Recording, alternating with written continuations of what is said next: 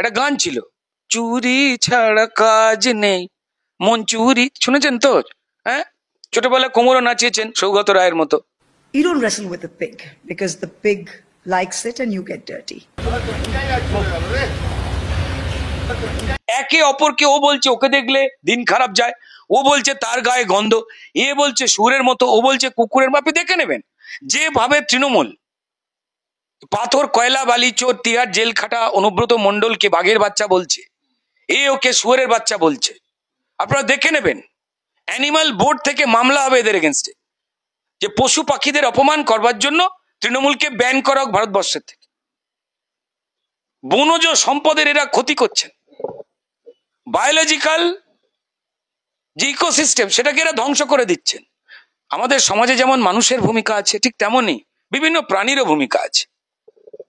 কিন্তু মুশকিল হচ্ছে তৃণমূল সেই প্রাণীদেরও টিকিট দিয়ে দিচ্ছে, একে পার্লামেন্টে পাঠাচ্ছে, ওকে সেখানে। এগুলো তো ঠিক না, তাই না?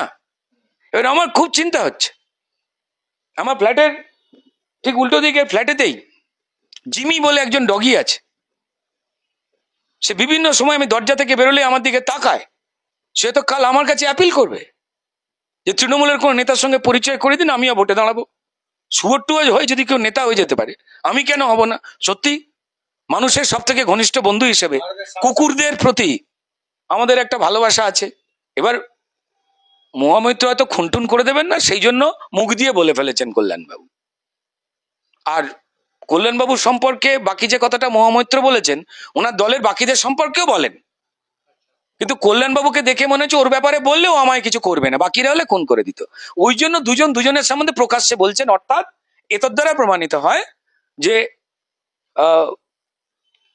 এই মহামৈত্র দেবী, যিনি মা কালীকে মদ মাংসের দেবী বলেছিলেন, যা তৃণমূল নেত্রী বা সম্মানীয় মুখ্যমন্ত্রী মমতা বন্দ্যোপাধ্যায়ের বাড়িতে পুজো হয়, তারপরে মমতা বন্দ্যোপাধ্যায় ওনাকে কোনো আপত্তি করেননি।